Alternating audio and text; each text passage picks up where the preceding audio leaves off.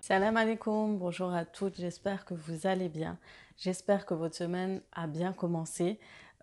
Aujourd'hui, on se retrouve pour une nouvelle vidéo et ça va être une vidéo menu de la semaine, le menu spécial Ramadan. Et on est déjà à la semaine 2, on est déjà à la deuxième semaine, ça passe tellement vite, on s'en rend même pas compte. Je crois qu'on était au 5e, au 6e jour, je crois qu'on était au 3e jour. Franchement, ça passe à une vitesse. On ne voit pas les jours passer, mais c'est sûr qu'il y a au niveau de la fatigue, je vous ai déjà dit, le fait de se lever au suhour, de ne pas réussir à se rendormir, etc. Vous êtes beaucoup à me dire que vous êtes pareil, mais alhamdoulilah, on avance, ça passe. Après, pour le moment, je suis à la maison, je ne travaille pas, donc je n'ai pas à me plaindre, contrairement à des filles qui travaillent. Donc voilà. Donc maintenant, on va commencer au menu de la semaine et je vais aussi faire une deuxième partie au niveau de mon expérience pendant le Ramadan, quand j'étais enceinte et quand j'allaitais. Je veux juste partager en fait comment ça s'est passé, etc. Et après, au niveau médical, le mieux c'est de voir avec son médecin, etc. Donc, on commence tout de suite par le menu de la semaine. Je note pas trop les menus que je fais aux enfants aussi. Les enfants, ça dépend de ce que j'ai fait au ftour. Est-ce que je vais en garder pour midi? Ils sont 2 fois à la cantine dans la semaine. Et pour la petite, en général, je fais un plat à part que je peux conserver aussi, congeler, etc. Donc ça aussi, c'est autre chose. Mais après, les enfants, ça dépend. Et puis, je fais au feeling en attendant parce que gérer le fait de faire déjà le menu du ftour m'aide déjà beaucoup. Et en général, j'essaie de faire en sorte le soir pour qu'il y ait aussi un repas équilibré entre guillemets pour les enfants, parce que c'est vrai que niveau briques, etc., c'est pas trop ça. Mais après, les enfants adorent. Donc, je les accompagne toujours d'une salade soit simple, une salade de riz, une salade de pommes de terre. Donc, ça permet un peu d'équilibrer le repas du soir. Donc, lundi, vous avez vu mon menu, vu que je l'ai filmé. Donc, lundi, ça a été le menu spécial avec les buns. J'avais fait des briques, etc. Et aujourd'hui, on est mardi et donc il me reste de la harira, il me reste quelques briques. Je compte faire par contre des tacos maison. Ça fait très longtemps que j'en ai pas fait. En général, on en fait quelques fois dans l'année, mais le plus, ça va être pendant le Ramadan aussi. Donc en général, c'est à base d'escalope, de poivrons encore. Vous pouvez rajouter des courgettes, du fromage en tranches. Vous pouvez faire soit à l'escalope, soit à la viande hachée. Et vous pouvez rajouter aussi des frites dans le tacos selon les goûts, si les enfants aiment ou pas. Et c'est vraiment par rapport aux enfants, comme ça je leur fais aussi leur petit tacos à eux et ils pourront manger le soir avant nous et aller se coucher à l'heure. Je vais faire un cake au chocolat parce qu'il me reste plus de salé, de sucré.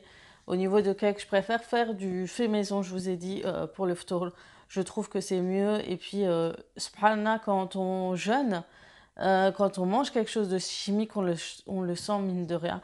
Et pour moi, il n'y a pas de goût. Et franchement, quand j'achète des cakes au magasin et tout, ça n'a pas la même saveur du tout que quand on le fait maison. Dites-moi si vous êtes pareil, mais franchement, on le sent quand c'est pas fait maison. Quand on a jeûné toute la journée, qu'on met quelque chose en bouche qui a été acheté en magasin, on le sent. C'est un truc de dingue.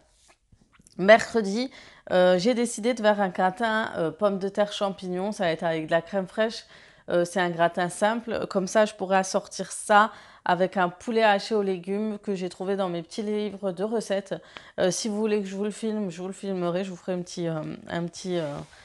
petite vidéo recette pour le gratin de poulet, gratin pommes de terre champignons et poulet haché aux légumes. Je pense qu'on aura encore de la soupe. Je vais bien la conserver. Je vais la mettre sous vide. Enfin, je l'ai mis sous vide déjà dans la grosse boîte là. Et je pense qu'elle va tenir au moins 3 jours si elle n'a pas tourné. De toute façon, la dernière fois, je l'ai gardée. Elle est restée assez longtemps.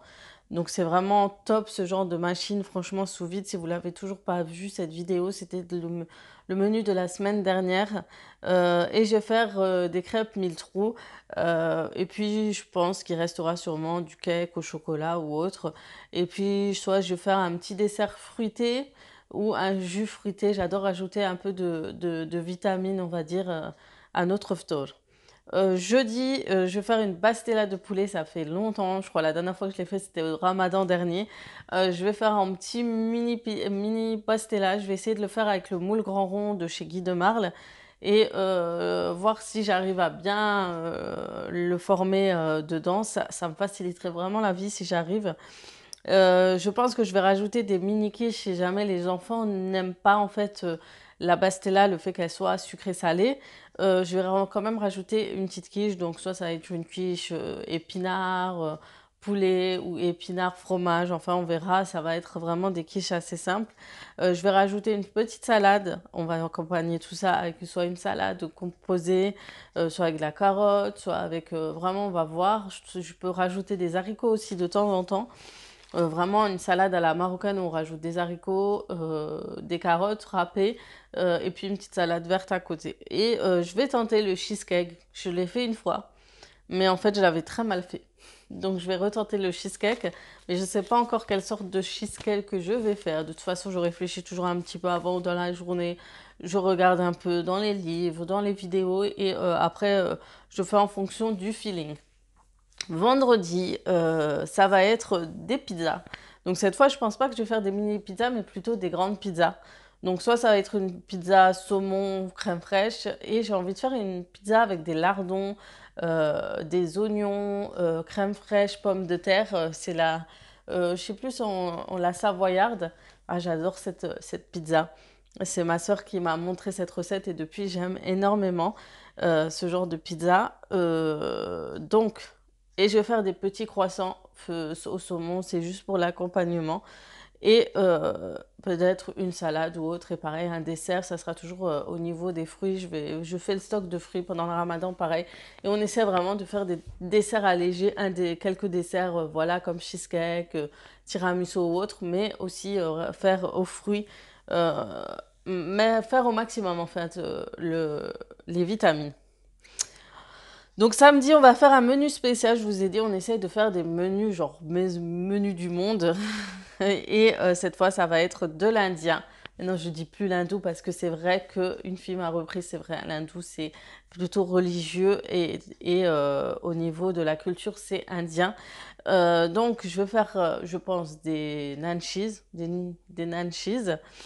Vous savez, leurs fameuses galettes fourrées au fromage, vache qui rit, je pense, ou autre. Et peut-être un riz spécial, soit un riz tandoori ou autre. Je regarderai bien les recettes, je ferai vraiment attention à trouver de super recettes. Je vais accompagner ça avec d'autres choses, soit de la salade. Je vais vraiment voir avec des briques aussi de chez eux. J'aimerais bien essayer des briques indiennes. Moi, je me rappelle, mais elles sont vraiment top. Leurs briques, c'est vraiment...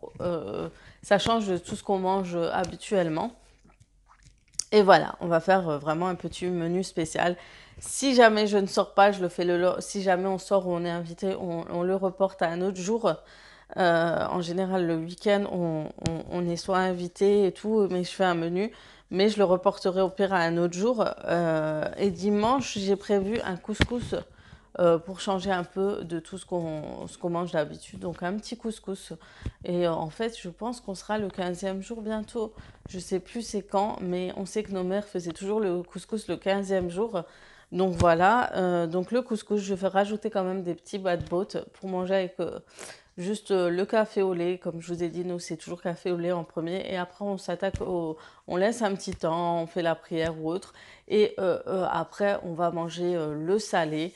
Et ça va être du... donc après, ça va être le couscous et tout. Mais le bad boat, c'est vraiment... moi, je le mange. Je ne sais pas si vous aussi, avec le mélange miel-beurre, ça passe trop trop bien avec le café au lait.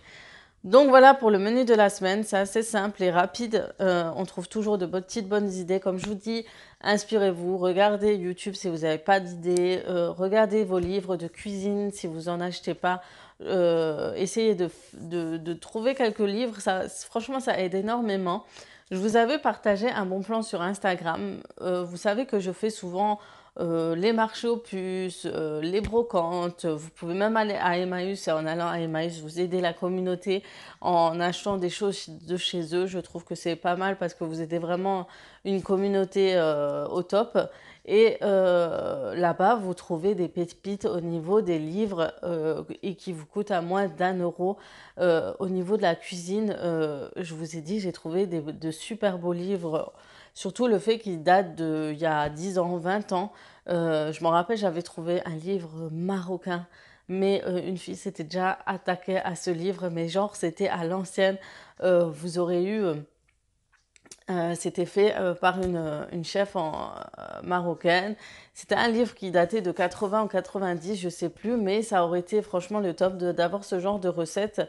Mais voilà, je suis hyper fan de ces livres de l'époque. Donc, vous trouvez des pépites. Il y en a quelques-unes qui m'ont écouté, je vous fais de gros bisous, et qui m'ont partagé en fait les pépites qu'elles ont trouvées en brocante. Et elles ont trouvé des livres de tagine, des livres de recettes top. Mais moi, c'est pareil, je trouve des pépites. Donc, si vous avez le temps, c'est le ramadan, vous n'avez rien à faire le week-end, faites-vous le dimanche des petites marchés aux puces, des brocantes, vous trouverez des livres à 50 centimes, 1 euro, et puis ça vous permet d'avoir des recettes originales qui vont vous inspirer. Voilà pour la petite astuce. Maintenant, on va attaquer à la grossesse et l'allaitement. Je vais vous partager en fait juste mon expérience au sujet de la grossesse et de l'allaitement. Vous savez que j'ai eu 4 enfants, le plus grand a 12 ans. Mon expérience a été au fur et à mesure, j'avais pas beaucoup de connaissances au début et puis au fil du temps, on a des conseils. Après, par rapport à mon métier aussi, on a eu des conseils par rapport à ça, etc. On avance et plus on écoute un peu plus au niveau notre corps et tout le reste. Mais je vous parlais déjà d'une chose, je me rappelle quand j'étais enceinte de mon premier, j'avais 22 ans. J'avais 22 ans et j'avais eu 8 mois de grossesse et le ramadan se déroulait en octobre, novembre dans ces zones-là. Et donc moi je faisais le ramadan parce que c'était une période où j'étais chez mes parents. Le fait que j'étais au 8e mois, j'étais très fatiguée. C'est pas que j'étais très fatiguée, je trouve que cette grossesse, j'étais plutôt en bonne santé, j'avais la pêche, je faisais plein de choses, mis à part les débuts de mois, que je vous en parlerai bien sûr plus tard.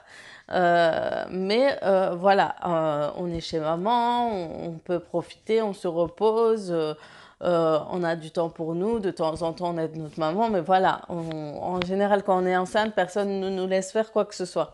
Donc j'ai fait tout mon mois de ramadan. Faut savoir que c'était une période où les jours étaient très courts, donc il n'y avait pas de souci au niveau de, voilà, de risque de déshydratation, de vertige, d'autres choses. Et du coup, j'étais très fière de moi, tellement fière de moi que j'avais mon rendez-vous d'échographie. Non, mais je vous raconte, c'était la petite anecdote. Donc j'y vais et tout, et ma sage-femme, elle me fait l'échographie, elle me dit oui, c'est le mois de Ramadan. Donc on arrive à ce bureau, elle me dit on est le mois de Ramadan et tout. Est-ce que vous faites le Ramadan? Alors moi, je me suis dit, c'est la question. Genre, voilà, moi, je vais lui montrer que je suis une ancienne, elle va me dire bravo, je sais pas dans ma tête qu'est-ce qui s'est passé. Et je lui ai dit en souriant, ouais, je le fais. Elle me dit, mais non, mais vous êtes folle. Non, mais pas dans ce sens-là, hein. Non, mais vous savez que c'est déconseillé pour vous. Je dis, ah bon et tout. Non, j'étais pas au courant. Bref, la meuf a été genre, ouais, je suis enceinte, je fais le ramadan, je suis une warrior. Elle m'a descendue. Après, je suis sortie, genre, la tête baissée. Dans ma tête, j'aurais dû mieux fait de me taire. Des fois, je me rends pas compte, hein, mais des fois, je veux trop montrer, je sais pas quoi. Mais après, elle m'a dit non, mais vous vous rendez pas compte et tout. Je dis oui, mais vous savez, je suis en ce moment chez ma maman. Je fais pas grand-chose. Le jour où à un moment, je sens que voilà, je tiendrai pas, ben, je laisserai tomber, je mangerai ou voilà, si vraiment il y a un souci. Donc voilà. Donc après moi c'était vraiment cette première grossesse, c'est super bien passé au niveau de la santé. J'avais juste un léger manque de fer. On m'avait même perfusé juste avant, je crois, ou après, je sais même plus. Non, c'était, oui, avant, bien avant. Donc, du coup, j'étais, voilà, j'avais pas eu de vertige, j'étais très bien, je mangeais très bien, je me levais tôt le matin pour manger. Donc, vraiment, voilà. Au niveau de cette grossesse, voilà, il n'y avait pas de complications. Pour la deuxième et la troisième grossesse, pour la deuxième grossesse, j'étais enceinte de 1 à 2 mois, je crois 1 mois. C'était en été. Le problème, c'est que des fois, j'ai des nausées. Donc, du coup, et je vomissais. Donc, quand je vomissais, j'ai arrêté le ramadan. Mais j'essayais quand même de faire le ramadan certains jours. Donc, j'étais encore en forme. J'avais stage. Et donc, j'arrivais à gérer tout ça. Je pense que quand on a la vingtaine, on arrive assez facilement à gérer le ramadan quand on est enceinte. Après, c'est au niveau de la santé. Est-ce qu'on a une bonne santé pour tenir le ramadan? Ou est-ce qu'elle est mauvaise? À ce moment-là, j'ai demandé conseil à mes médecins. Ils m'ont dit, voilà, de toute façon, pour l'instant, ça va, les prises de sang, ça va. Au moment où tu sens que ça va pas, tu laisses tomber. Quand tu es en stage, tu sens que ça va pas, tu prends de l'eau, etc. Donc, je faisais très attention, sachant qu'on commençait légèrement début d'été, mais on mangeait quand même assez tôt. Je sais plus si c'était à 8 heures, c'était à la même heure. Je crois qu'aujourd'hui, je sais plus. C'était à 8 heures, je crois, je sais même plus. Mais voilà, j'étais en début de grossesse, c'était pas trop compliqué et j'avais pas encore mes grosses nausées, vomissements que j'ai habituellement. Donc c'était vraiment le premier mois, premier, deuxième mois, comme ça, entre le premier et le deuxième mois, c'était la fin du ramadan où là où tout a chamboulé au niveau de mes grosses nausées, vomissements. Donc je faisais à manger, j'allais en stage, je rentrais, je commençais des fois à 1 heure, je terminais à 21 heures, ou je commençais à 6 heures du matin, je finissais à 1 heure, je rentrais chez moi, je me reposais quand j'étais du matin, et pareil l'après-midi, je me reposais, je me levais tard, j'emmenais mon fils à l'école, je me reposais le matin, et après je partais en stage. Et les journées passaient très vite quand j'étais en stage, mon mari faisait à manger, et puis quand je rentrais, quand j'étais en stage, tout était prêt la classe. Donc là, à ce niveau-là, j'étais bien quand j'étais d'après-midi. Par contre, je faisais la halala toujours en avance pour qu'il n'avait pas à faire ça. Euh, et puis, il avait l'habitude aussi, comme il vivait déjà seul et tout, à faire les ftours. Après, on était souvent invités chez ma mère, on était souvent invités chez des amis. Donc ça, voilà, c'était vraiment une bonne période. Donc pour cette grossesse, ça a été. Troisième grossesse, j'ai pas été enceinte, j'étais pas enceinte, non, l'année. Mais voilà, non. Troisième grossesse, j'étais pas dans la période de Ramadan. Quatrième grossesse, par contre, c'était bien plus compliqué, c'était il y a 2 ans. Bien ouais, déjà 2 ans. C'était il y a plus de 2 ans. C'était il y a plus de 2 ans. C'était en 2017. C'était la période là, en été, pareil, il faisait très chaud. Déjà, cette grossesse était très difficile. Je pense que quand on dépasse la trentaine, on commence à sentir la grossesse plus lourde. J'avais du mal à marcher, j'avais des douleurs. Au niveau de l'énergie, j'avais pas d'énergie. Vertige, j'en avais. Donc du coup, cette grossesse, je n'ai pas fait le ramadan du tout du mois parce que c'était juste pas possible. Déjà, quand je mangeais, c'était pas possible. Donc quand, si j'aurais tenté juste une journée, je pense que on m'aurait ramassé à la petite cuillère. Cette grossesse, je pense que c'était la plus difficile grossesse que j'ai vécue. C'était vraiment, j'avais 34 ans, mais je trouve vraiment que mes grossesses anciennes étaient vraiment plus faciles que celles de maintenant.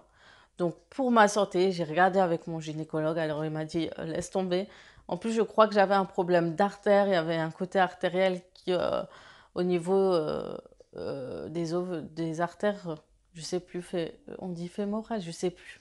Je dis pas de conneries, mais il y en avait un qui marchait pas, donc il donnait pas assez d'énergie, on n'avait pas beaucoup d'échanges avec ma fille, donc j'avais qu'un artère qui marchait mieux. Donc vraiment au niveau santé, c'était pas ça du tout. Donc à ce moment-là, j'ai décidé de pas faire le ramadan. Et voilà, c'était vraiment quand on sait que la santé, je pense qu'au niveau de notre corps, on sait quand on peut faire quelque chose et quand on n'est plus capable de le faire.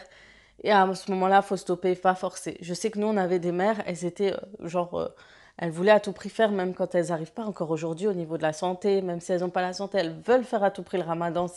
Pour elles, c'est quelque chose qui leur tient à cœur.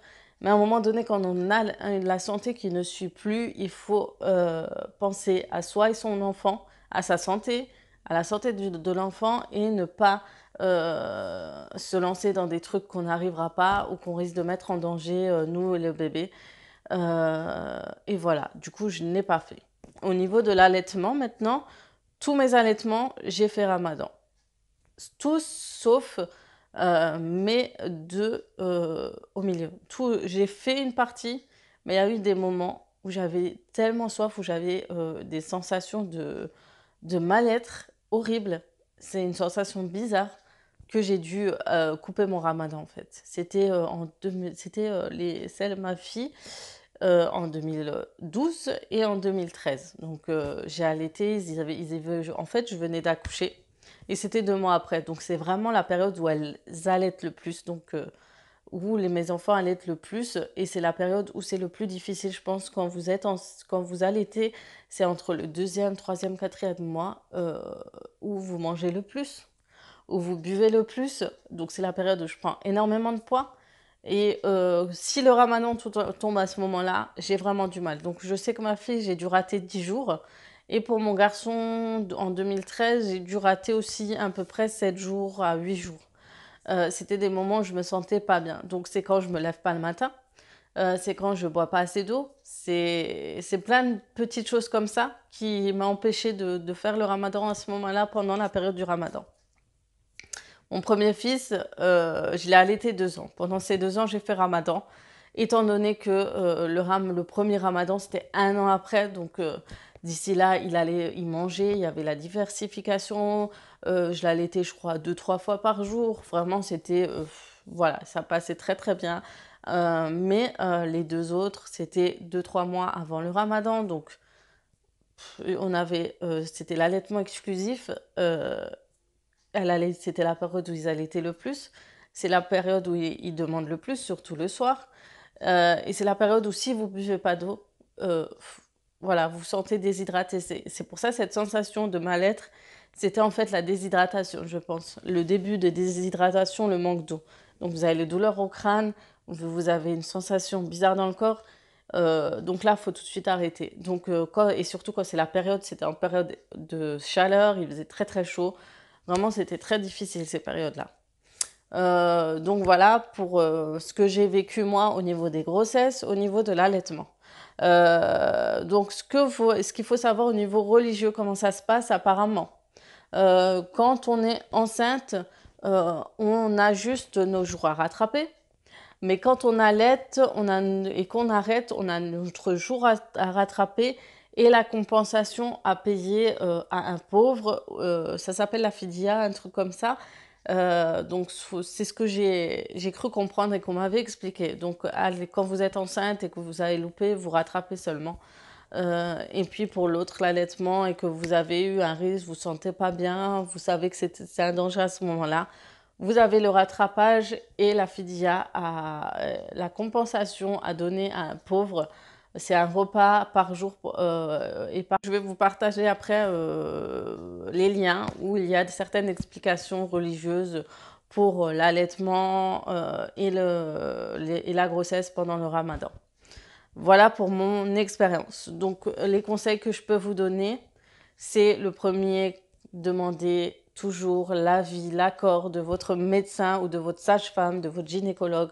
Un mois avant le ramadan, parlez-en déjà. Dites-leur votre désir de faire le ramadan, de regarder au niveau santé, de vos prises de sang, de vos résultats, etc. Suivez leurs conseils. Ensuite, deuxième conseil, c'est quand vous faites votre ramadan enceinte ou allaitante, levez-vous au suhour, c'est très important. Et mangez tout ce qui est vitaminé, fruits, buvez énormément d'eau, donc essayez de boire énormément d'eau. Et apprenez aussi des protéines, quelque chose comme du pain de mie aussi, tout ce qui est céréales, pain de mie, etc., pour vous aider à tenir la journée. Et ensuite, pour le ftour, pareil, essayez de boire au maximum pour vous aider à bien vous hydrater. Tout ce qui est produit vitaminé, prenez vos compléments alimentaires, n'oubliez pas vos vitamines, que ce soit à me prendre le matin, donc c'est pour ça que c'est obligatoire de se lever au suhour. Prenez vos vitamines, compléments alimentaires que vos médecins vous donnent habituellement le matin et le soir, ne les oubliez pas. Troisième conseil, c'est si vous sentez un malaise, des vertiges, vous voyez des petites étoiles ou vous savez les petits trucs qui pétillent là dans les yeux, si je les appelle comme ça. Si vous sentez que vous avez pas que vous allez lâcher pied, que voilà, vous sentez que votre corps ne va pas bien, coupez votre jeûne. C'est vraiment très important. Pensez à vous, votre santé en premier. Et vous coupez votre jeûne, vous ne savez pas si c'est dû à votre tension, c'est dû à autre chose. Moi, je sais que j'avais la fin de grossesse tout en plus de déjà l'histoire de, en fait, je vous parle de ma dernière grossesse, en plus de voilà mes petits soucis, j'avais une très mauvaise tension, donc une très très petite tension, une toute petite tension quoi. Du coup, c'était même s'occuper de mes enfants et tout, c'était très dur. C'est pour ça que Ramadan, c'était juste pas possible. Donc vraiment, écoutez votre corps. Suivre vraiment à la lettre ce que vous dit votre médecin. Hydratez-vous et ne pas oublier vos compléments alimentaires. Voilà pour tous les petits conseils que je peux vous donner. J'ai eu 4 grossesses différentes. C'était, voilà, il y en a où c'était plus simple, il y en a où c'était beaucoup plus compliqué, notamment l'allaitement pendant l'été, là, cette période de 4 mois, je sais que c'est période entre 3 et 4 mois, je pense que troisième, quatrième mois d'allaitement, je parle, c'était vraiment, je crois, les plus difficiles au niveau du ramadan et donc où j'ai dû rater quelques-uns. Et voilà. Voilà pour mes petites explications. Je sais que ma chaîne aussi, j'aimerais la tourner plus aussi au niveau maman, enfant, etc. Et vous a parlé aussi de mes expériences, tout ça. Et je me suis dit, ce serait bien de commencer tout d'abord par ce mois de Ramadan avec mon expérience que j'ai vécue pendant ma grossesse et ce que j'ai vécu pendant mes allaitements.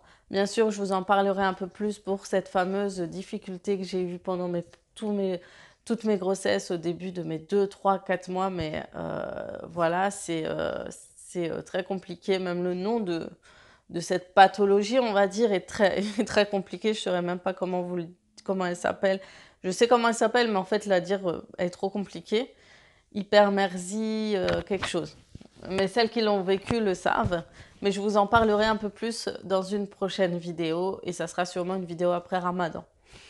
En tout cas, j'espère que ces conseils vous auront apporté quelques nouveautés au niveau de tout ce qui est grossesse, allaitement en Ramadan. J'espère en tout cas que pour celles qui sont enceintes ou qui sont allaitantes, feront très attention au niveau du Ramadan. J'utilise toujours mes mains depuis avant. J'espère que ça vous aura pas saoulé. En tout cas, j'espère que cette vidéo vous aura plu. N'hésitez pas à partager mes vidéos si ça vous plaît, à liker, mettre des petits pouces bleus en dessous, à vous abonner. Je sais que certaines ne s'abonnent pas à ma chaîne, regardent, mais automatiquement ne s'abonnent pas. Donc n'hésitez pas aussi à vous abonner, à activer la petite cloche qui est juste ici parce que forcément je n'ai pas de journée spéciale pour en fait vous partager les vidéos. Donc vous avez que la petite cloche pour vous informer que voilà, j'ai bien sorti une vidéo. Je sais que je les sors un peu tard, donc je suis désolée, mais c'est le moment où j'ai le plus de temps pour moi. Et n'hésitez pas surtout à commenter et c'est tout, je pense. Et à venir dans mes réseaux sociaux aussi.